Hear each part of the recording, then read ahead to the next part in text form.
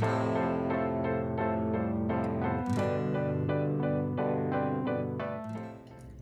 everybody, it's Karina with Karina Loves to Plan. Welcome back to my channel. I am here for a new and updated hashtag that Simone and Leanne started a couple of weeks ago.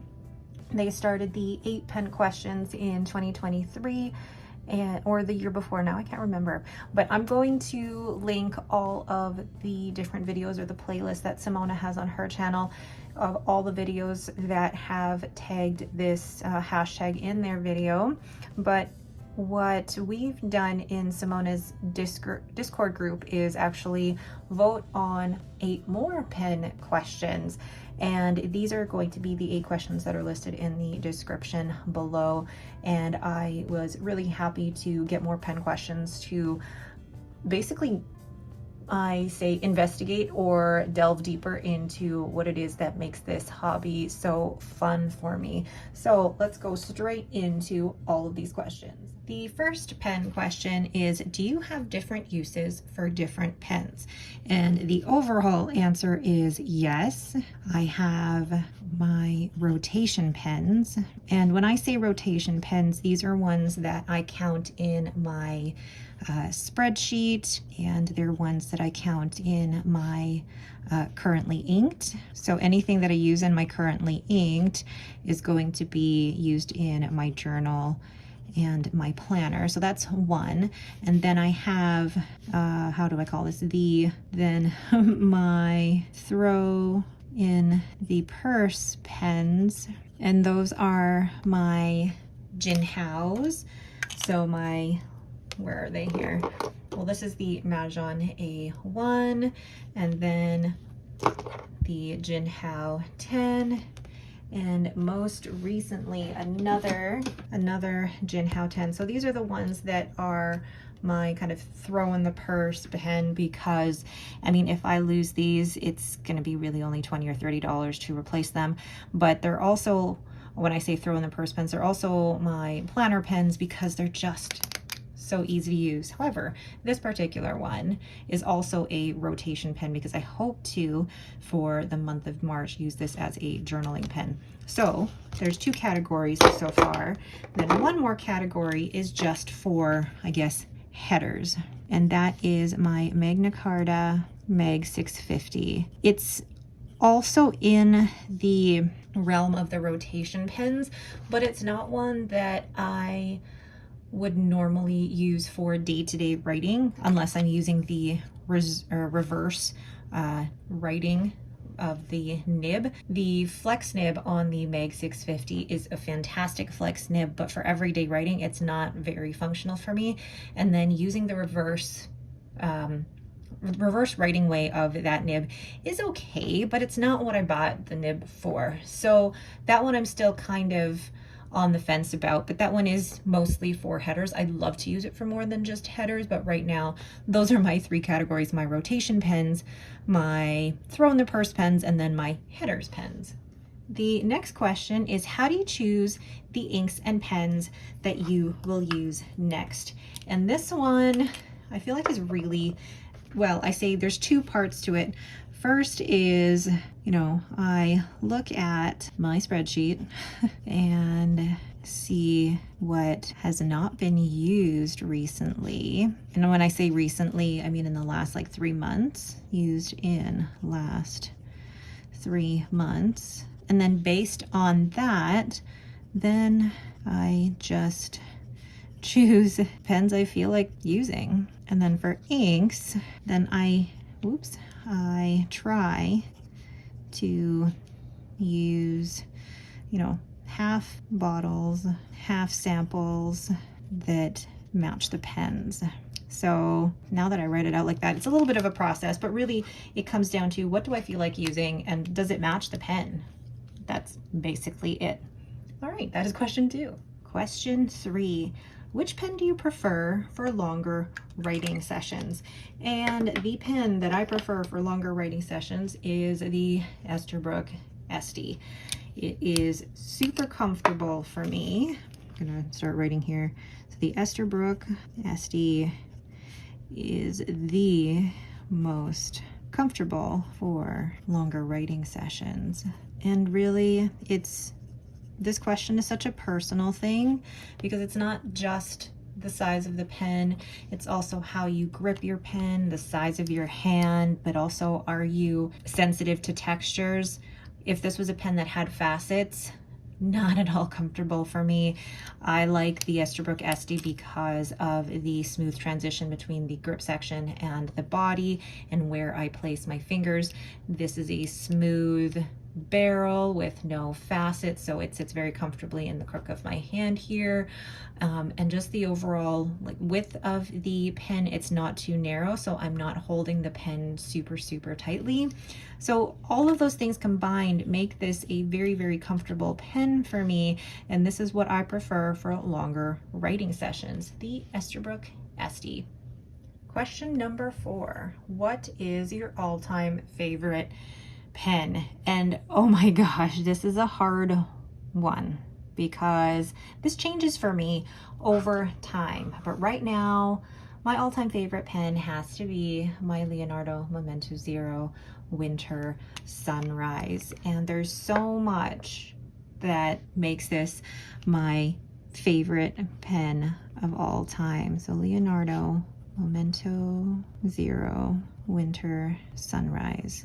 Basically, and this has an extra fine nib, basically everything that I would want in a pen, all of the colors and the trim and even the shimmer and the rose gold trim and the extra fine nib. It's just my favorite pen of all time. And I mean, it also helps that I basically helped to design this, and all of that combined, this one is probably going to stay my all-time favorite pen for quite a while. So that is my Leonardo Momento Zero in Winter Sunrise, my all-time favorite pen. Question number 5, we have, if you have to choose one nib size, which would it be? What do you think? What do you think is my favorite nib size? Just guess. No? Yeah? No? Okay. It's an extra fine. What do you think it is? Extra fine is my favorite nib size.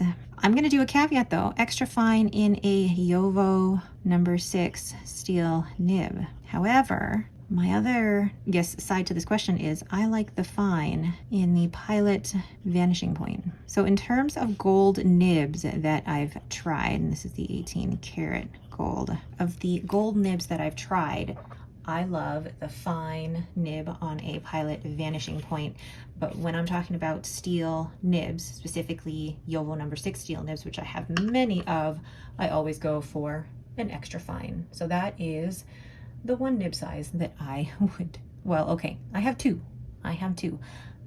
but I don't know, that doesn't surprise me, but yeah, extra fine Jowo or fine Pilot. Yeah, I know, I kind of went around that one. Question number 6. What is your favorite nib grind? Oh, that is a tough one. That is a tough one because I do love the cursive smooth italic grind, but I'm gonna have to go with the grind that is currently on my Esterbrook Esty Blue Moon. It's got an extra fine, and then it has a reverse, oh, so fun, Architect. So it's like 2 pens in one. I use the extra fine for notes or journaling, and then I use the reverse Architect for headers or anything I want to basically stand out. But I love the broad lines across and the narrow lines up and down. And Gina Salarino did this for me at the Pacific Northwest Pen Show, and they did such an amazing job on this. So smooth both ways, love that. So my favorite nib grind is the extra fine reverse Architect. Moving on to question 7. If you could only use one ink for the rest of your life, what would it be? Oh my gosh, oh my goodness. Why are you making me choose between brown, pink, or purple? I need to pause because I need to think. See, this is a tough question because I know that even if I did choose one ink to use for the rest of my life, I would get bored and want to change things up. But if I had to choose, it would be, and I don't have it inked right now, unfortunately, but I would choose Tasha Ume Murasaki, because I feel like that ink color would satisfy my pink, purple, and brown. And I'm gonna pull up my ink binder here just to show, where is Tasha Ume Murasaki?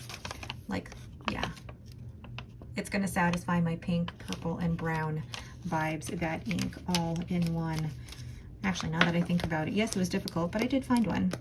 Would I get bored of that over time if that was the only ink that I could use? If I lived in a world where there were no other inks except that one, I would be happy with that. But then if we live in a world that we do now and I could only have that ink, I would be bored.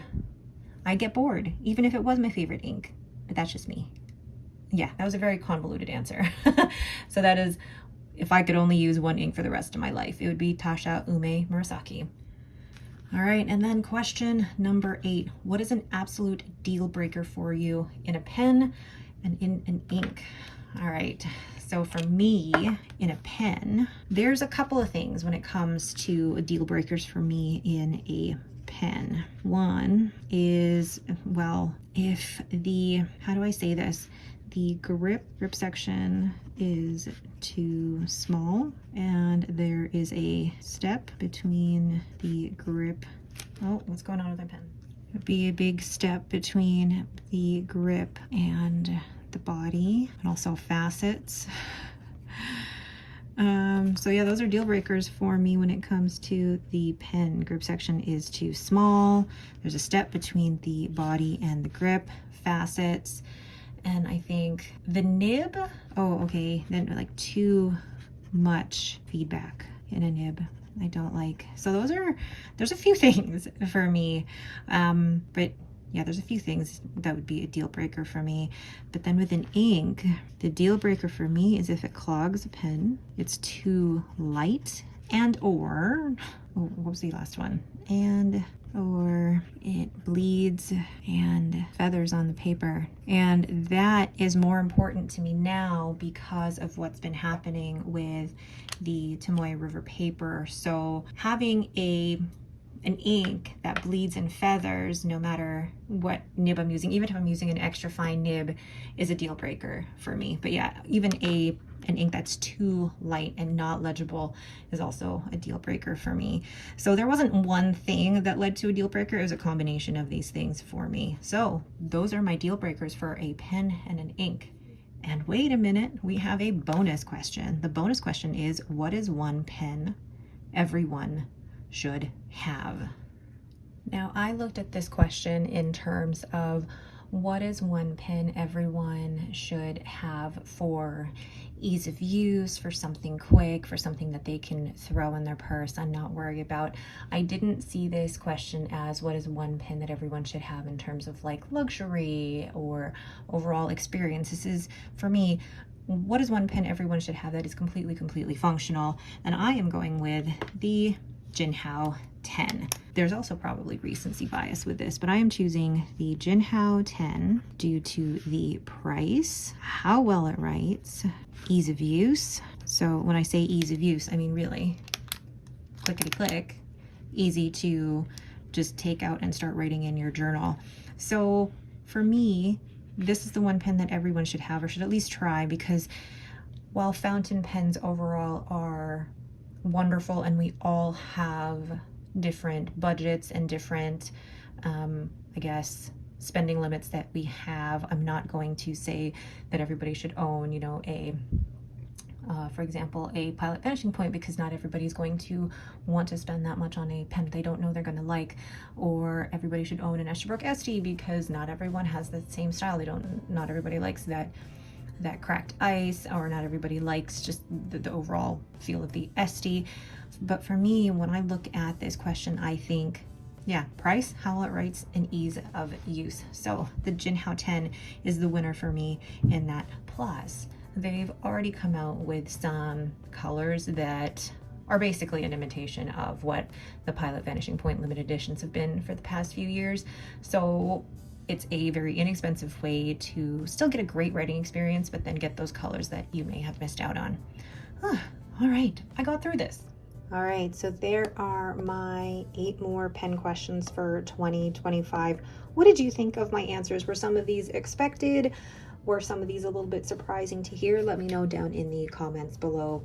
If you would like to join in, please use the hashtag 8morepenquestions2025 and feel free to post. If you don't have a YouTube channel, feel free to post your answers down in the comments below. And also feel free to check out other videos that have this same hashtag. It's always so interesting to me to hear how people are using their pens and to see videos that aren't just inking videos, although I love those, or new pen day videos. This is a great way to still immerse yourself in the hobby without having to buy anything. This is a way for you to really look at what you're doing in the hobby and why you enjoy the fountain pen hobby in the first place. All right, but that is it for me. Thank you all so much for watching. If you have any questions, please leave them in the comments below. If you like this video, please leave me a thumbs up and don't forget to subscribe. Thanks for watching and have yourselves a great day.